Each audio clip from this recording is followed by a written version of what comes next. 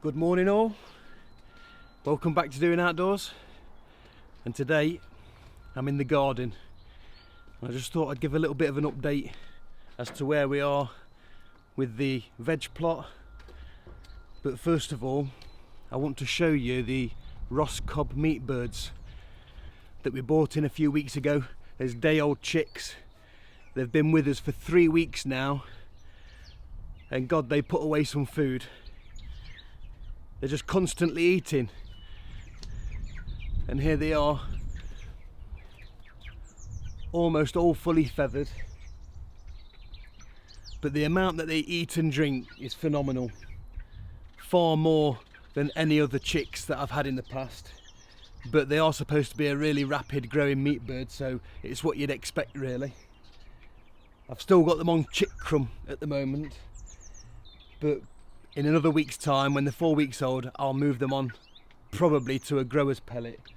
Although I might keep them on a chick crumb because for some reason the chick crumb has a higher protein level than the grower's pellet. It is slightly more expensive, but for a fast growing meat bird you want, from what I've read, the protein level to be up to about 20%. I think the chick crumb's 19. But they're looking really good. I'm really pleased with them so far. We've still got 21. I ordered 20. We got one extra, which is good. And we've still got all 21. And it was my plan initially to get them out of this enclosure into a chicken tractor on the farm by the time they were about 3 weeks. But they're not quite all fully feathered yet. So one more week and I'll have them up the farm in a chicken tractor. That is, if I manage to get this chicken tractor built. But it is on the top of my priority list. But looking at them, you can see them around the feeder. You'd expect that I'd starved them for half a day and I've just dropped this feeder in. This is how they are all day, every day. Ganging up round the feeder, just eating, eating, eating, eating. It's really quite bizarre that you can breed genetics into an animal that makes it just want to eat and eat and eat. Not quite natural, I know, but I really wanted to give these birds a try just to see if I can get a better tasting, more meaty bird. The birds that I've grown in the past have been from dual purpose birds, so they have been known for their eating quality as well as their laying of eggs. But I find that the breast meat is really minimal and the thighs and the legs are massive and very, very dark. Very tasty, really tasty, but I just wanted to try these Ross Cobb birds just to see how they perform. And like I said on a previous video, it will give me something to compare my crosses, which are the White Rock cross Indian game birds that I'm hoping are going to be a fast growing meat bird also. But just whilst we are down this end of the garden, we'll just take a moment to look at these fruit trees. This is a Concord pear and it's got an amazing amount of blossom on this year. Hard to tell from this angle, but the whole thing is fully covered. This one next to it is also a pear. Again, lots of blossom. Hopefully that will turn into fruit, but you never can be quite sure because just over here we've got a Victoria plum. In fact, we've got two Victoria plums quite close together. They've always had lots of blossom but produce very little fruit. Now, whether that's the way I look after them, perhaps I don't feed them right, but they are packed in quite close together here. I planted these pretty much when we first moved in 8 years ago, and there was no vision of any extra land on the horizon, so I tried to cram in as many fruit trees into this small area as I possibly could. This is a Stella cherry just coming out into blossom. Again, puts a lot of blossom out, but I've had very few fruit off of it. The apple trees have yet to open up yet, just like the apple trees down the land, but in the next couple of days they will be opening up. What used to be my strawberry bed, I've taken a lot of strawberry plants away this year because they don't really produce much, so I feel that it's a wasted space. And I've put my broad beans in this year. It's had a good helping of well-rotted compost. The broad beans are settling in quite well. Of course, I was expecting this whole area to be filled with broad beans, but because of Mr. Mouse stealing my beans out of the greenhouse, we're left with about half the plants that I was expecting. But I still think it's going to be plenty for our household this year. And looking at all the onions and the shallots, they're doing really well. I don't know if you can see that I've had to put a bit of a temporary fence up on the other side. Charlie's quite keen on football, and a couple of times the ball came through here, squashing all the onions down. So we've got a bit of a barrier now. And you may notice that I've taken the plank away from on top of where I sowed the carrot seeds, because it gave a perfect habitat for slugs to hide underneath. I checked one day and there were four or five slugs under, which I'm sure if they were still there once these seeds germinated, they would just go straight through and mow the whole lot. So I've removed the planks of wood, but I still haven't seen any sign of any seed germinating yet. It's been a while, so I would expect to see something, but I don't know, fingers crossed, we might see something very soon. And something else that I've sown in the ground, directly into the ground, which I didn't do last year, is beetroot. Last year I put beetroot in the modular trays and they did alright, but in years gone by I've always put beetroot straight into the ground, directly sown, and they seem to germinate really, really easily. So I've done the same this year in this bed. Planted, I think it was about a week and a half after I put the carrots and the parsnips in. I did a full row of beetroot and already they're starting to come through and it's looking like I'm going to get a full row.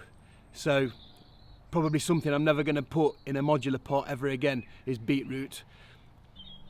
And some other seeds that I've also got in the ground, I've got a part row of spring onions, and then I've put a short row of leeks in. Now the leeks aren't going to stay in this spot, but I've just put them there to germinate, and then when they're about 6 to 8 inches tall I'll transplant them into another area within this growing spot. And you can see just behind me I've still got some leeks left over from last year. Some didn't do very well at all. There's a couple of half decent specimens there.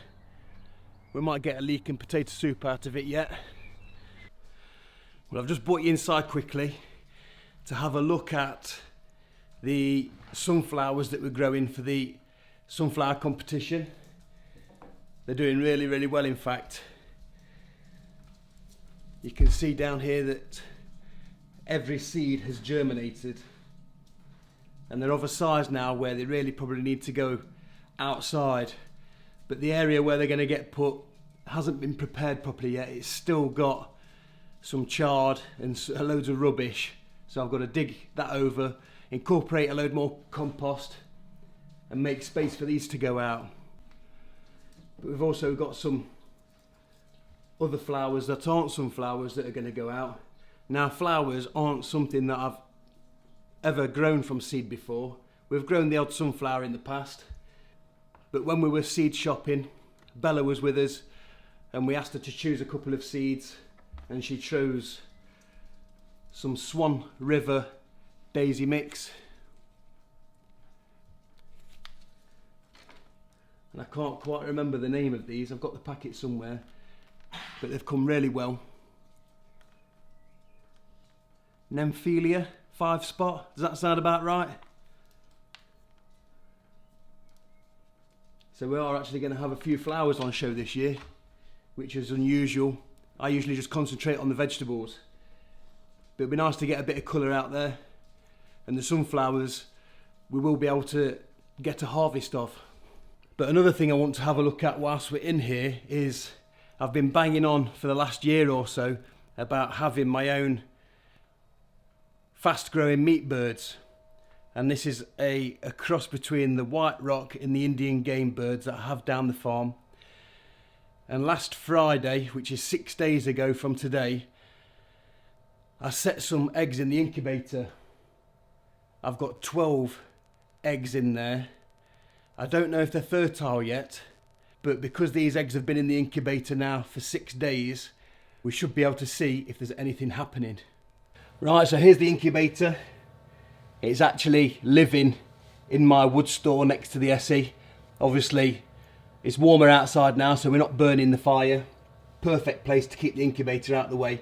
This room keeps quite a steady temperature. And I'm using a Brinsea Ovation EX56 if you're interested in what incubator it is.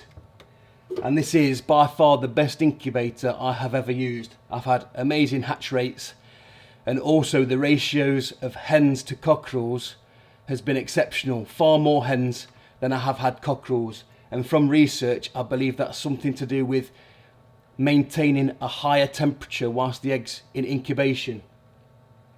If the egg tends to cool off or is a cooler temperature, you're more likely to get cockerels. That's what I've read. How true that is, I'm not sure, but it does stand to reason because this machine stays at a solid 37.5 for the duration of the incubation period. And there we have 12 eggs from the Indian game hen. Only small, like I've showed you before, but they're a cream colour, so we should be able to candle these quite easily. And all I use is a standard torch that turns quite bright. Just need to shut this blind.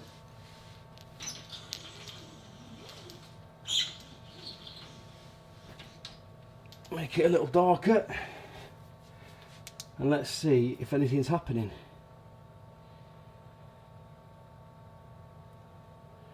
Well, there doesn't seem to be much happening in the first egg,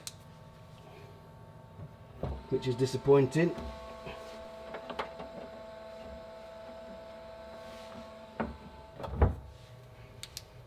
Let's try another.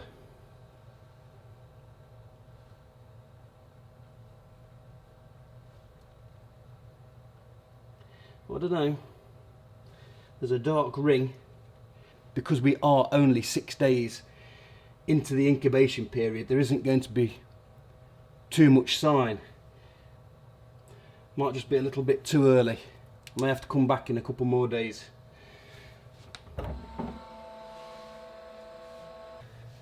Well, I've just taken this egg into a darker room just to see if that can help me see more clearly.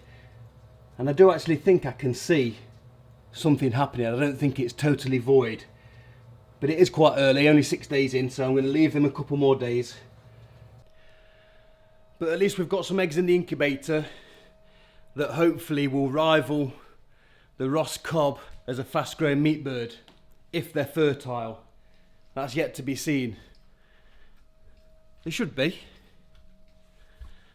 But one thing that is quite exciting that should happen tomorrow, maybe later today, is that the broody hen that sat on eggs up at the farm, we candled her eggs over a week ago, and the 3 that I candled were all fertile. Now these are the pure white rock chickens, so fingers crossed she's done a real good job sitting on those eggs, and sometime tonight or sometime tomorrow they'll start hatching, so some more new life on the farm. But that's all I've got time for on this one. I'm Benj, you've been watching Doing Outdoors, and I'll see you next time.